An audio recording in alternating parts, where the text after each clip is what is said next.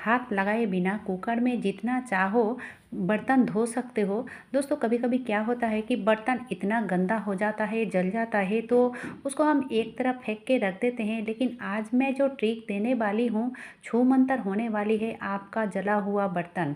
ठीक है, ऐसा टिप्स एंड ट्रिक मैं देने वाली हूँ जो कि आपका घंटों का काम मिनटों में हो जाने वाली है।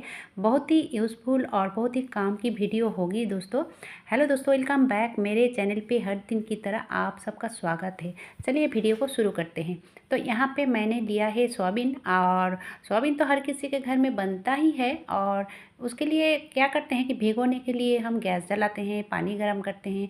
आज से ना पानी गर्म करने की झंझट छुट्टी, ठीक है, एकदम से ख़त्म। तो यहाँ पे मैंने लिया है थोड़ा सा नमक, यानी कि 1 चम्मच नमक, और नॉर्मल वाटर से इसको 5 से 7 मिनट के लिए भिगो के रखोगे तो देखोगे ये इतने अच्छे से फूल जाता है। मैं तोड़ के दिखा रही हूँ। ये देखिए दोस्तों, आपको गर्म पानी करने की कोई झंझट नहीं है और आपकी गैस की भी बचत होगी। ठीक है, तो आप इस तरह से ना इसको भिगो के रख सकते हो। और फिर देखिए, जो नई गृहिणी है ना, उनके लिए बहुत ही हेल्पफुल हो सकती है आज ये ट्रिक, क्योंकि इसको धोना बहुत ही ज़रूरी है अच्छे से। तो इस तरह से हाथ में यानी कि मुट्ठी में दबा दबा कर 3 बार तो धोना ही चाहिए, क्योंकि इसमें जो एक कच्चापन रहता है ना, तो वो अच्छा नहीं लगता है। तो ज़रूर आप 3 से 4 बार इस तरह से हाथों की मदद से दबा दबा कर यानी कि निचोड़ निचोड़ कर धो लीजिए। ठीक है, तभी ये अच्छा बनेगा। अब चलिए देख लेते हैं अगली टिप्स या फिर ट्रिक। तो ये जो चर्बी है ना, तो ये बकरी की चर्बी है। तो इसका क्या करूँगी, क्योंकि बहुत घरों में क्या होता है कि इस चर्बी को फेंक देते हैं। लेकिन दोस्तों ये आपका हज़ार हज़ार रुपये बचा सकते हैं ये चर्बी। ठीक है, बहुत ही बढ़िया मैं टिप्स देने वाली हूँ, या फिर रेसिपी कहो या फिर कुछ भी कहो। ठीक है, तो यहाँ पे मैंने चर्बी को अच्छे से धो लिया है, और धो लेने के बाद छोटे छोटे टुकड़े में कट कर लिया है। अब उसमें डाल दिया मैंने कुछ इलाच और दालचीनी। ठीक है, अब देखिए 5 मिनट बाद मैंने आपको दिखा रही हूँ, यानी कि 5 मिनट इसको छोड़ दिया था गरम होने के लिए, और उसके बाद मैंने ढक्कन खोला है। आप देखिए 5 मिनट बाद कुछ इस तरह से बनेगा। और ज़रूर इसको 2-4 मिनट या फिर 5 मिनट बाद इसको खोल के देखना चाहिए। अब चलिए इसको मैं क्या करूँगी, फिर से मैं 5 मिनट के लिए ढक दूँगी। ये देखिए दोस्तों, फिर से 5 मिनट, यानी कि 5-5 10 मिनट, 10 मिनट हो चुके हैं। और 10 मिनट बाद इसको देखिए, ये इसके अंदर से ना ऑयल निकल के आई है। ठीक है, और इसी ऑयल का ही ज़रूरत है हमें। अब ये देखिए कुछ इस तरह से होगी। अब और भी इसको मैं 5 मिनट के लिए ढक दूंगी। तो करीब ये 750 या फिर 1 किलो के आसपास था। तो इसको बनाने के लिए मेरे 15 मिनट के समय लगे थे, और इसको मैं मीडियम फ्लेम में ही रखा था। ठीक है, लो में भी नहीं और हाई में भी नहीं। अब देखिए इससे ज़्यादा पकाना नहीं है।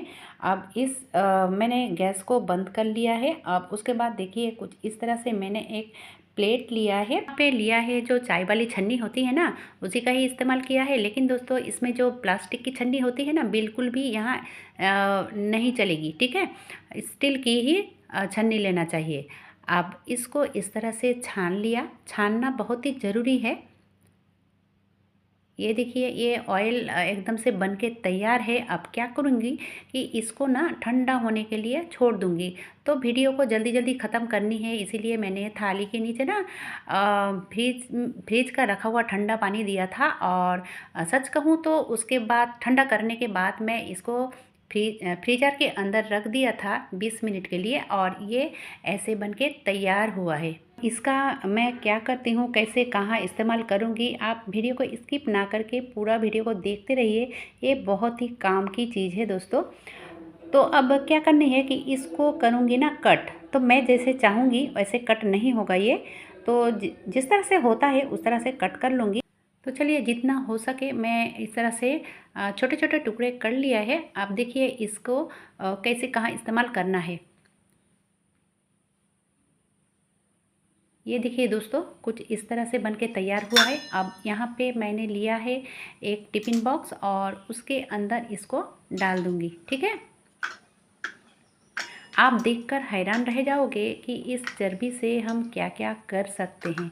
तो उसी से मैं एक आपके साथ शेयर करने वाली हूँ, जो कि इसको किस तरह से यूज़ करें।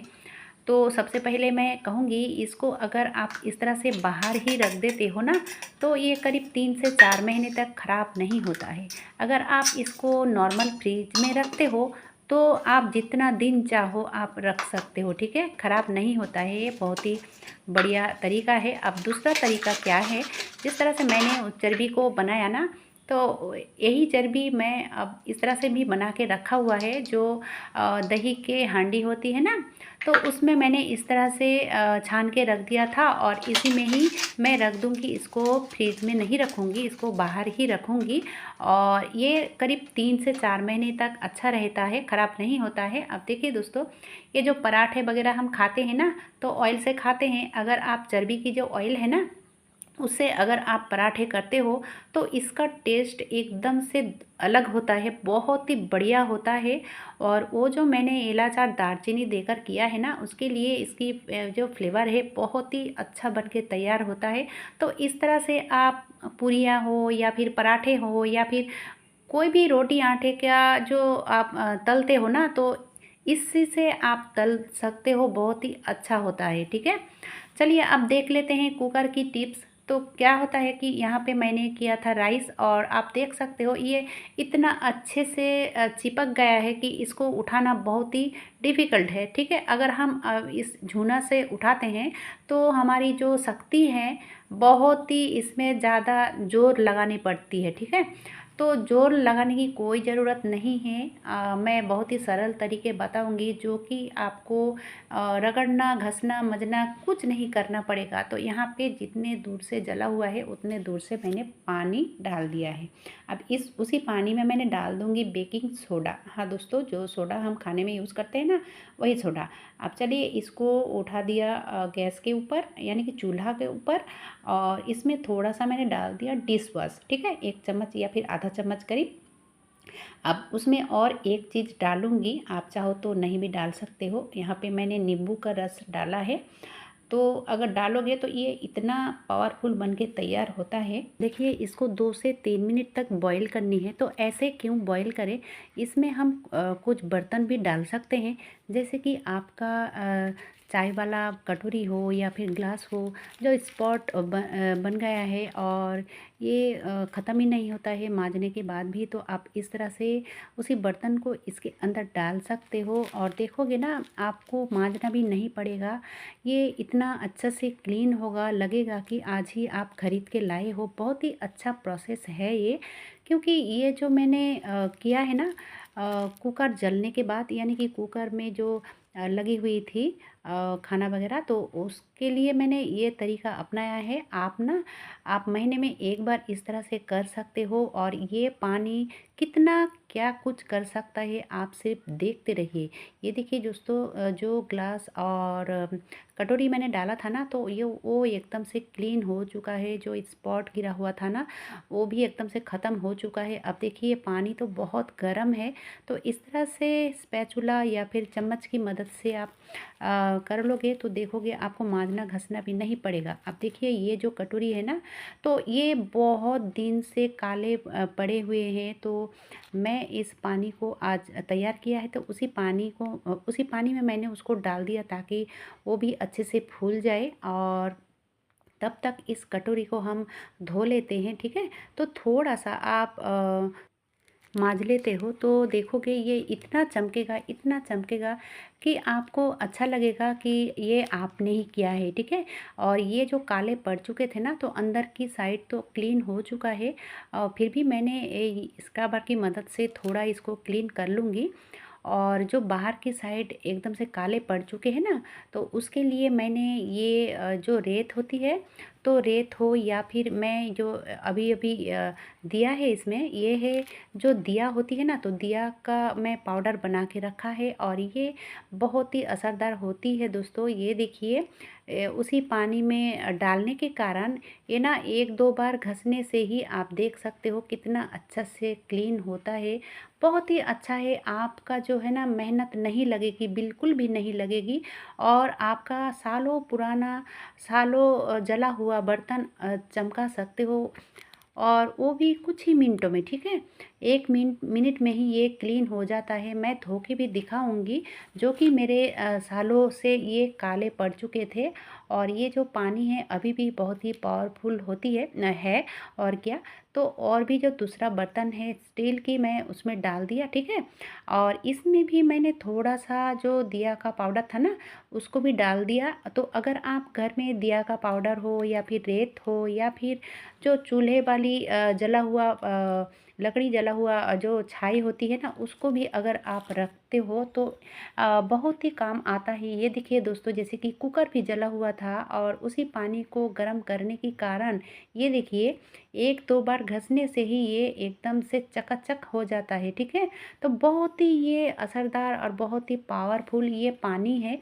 और जो पानी था मैंने और भी बर्तन में डाल दिया है, ताकि वो भी चमक जाए। ये देखिए दोस्तों, मुझे बहुत ही अच्छा लग रहा है, क्योंकि ये बर्तन बहुत दिन से काले पड़ चुके थे, और अ, ये कुकर जलने के कारण मैं इस ये सबको भी क्लीन कर लिया है। और आप अगर खुद से करोगे तो समझ में आएगा, बहुत ही ये अच्छा टेक्निक है, या फिर आइडिया, या फिर टिप्स कहो, जो भी कहो दोस्तों, बहुत ही अच्छा है। मैं इस तरह से ना कभी-कभार करती हूँ, क्योंकि जो खाने वाले छोटे-छोटे स्पून होती है ना, तो आप उसको भी 15 दिन में एक बार इस तरह से क्लीन कर सकते हो, ठीक है। बहुत ही अच्छा तरीका है। और जो पानी है उसको भी मैं अभी यूज़ करूँगी, और कहाँ पर करूँगी देखिए, ये जो सारे बर्तन धोया है ना, तो ये पानी को मैंने सिंक में डाल दिया। तो सिंक कैसा था और पानी डालने के बाद कैसा हुआ देख सकते हो, बहुत ही अच्छा है, ये अपने आप ही क्लीन हो चुका है। और जो पाइप था ना, उसकी भी क्लीन हो जाएगी वो भी, ठीक है। तो बहुत सारा बर्तन आप चुटकियों में क्लीन कर सकते हो। अब चलिए देख लेते हैं अगली टिप्स। इस जूना से हम बर्तन क्लीन करते हैं, लेकिन दोस्तों इसको भी क्लीन रहना चाहिए, क्योंकि ये जो इसके अंदर जो बहुत सारा खाना वाना घुसा हुआ है ना, तो ये ऐसे ही नहीं निकलेगा। तो ठीक है, तो मैं क्या करूँगी, इसको 1 मिनट तक इसको इस तरह से जलाऊँगी, ठीक है। तो 1 मिनट तक ज़रूर जलाना चाहिए। अब उसके बाद थोड़ा-सा इस तरह से प्रेस करोगे ना, तो देखोगे इसके अंदर जितनी भी गंदगी है सब आसानी से निकल आएगा, ठीक है। तो ये बहुत ही ज़रूरी है। अगर आपका झूना भी इस तरह से गंदा हो चुका है, तो आप ऐसे कर सकते हो, बहुत ही अच्छा तरीका है। कैसा लगा दोस्तों आज का ये वीडियो? अगर अच्छा लगा है तो ज़्यादा से ज़्यादा लोगों तक शेयर कीजिएगा, और छोटा सा एक लाइक ज़रूर कीजिएगा। और जो लोग अभी तक सब्सक्राइब नहीं किया हुआ है, सब्सक्राइब कीजिए, ताकि हर दिन की नोटिफिकेशन आप तक सबसे पहले पहुँच जाए। आज के लिए बस इतना ही।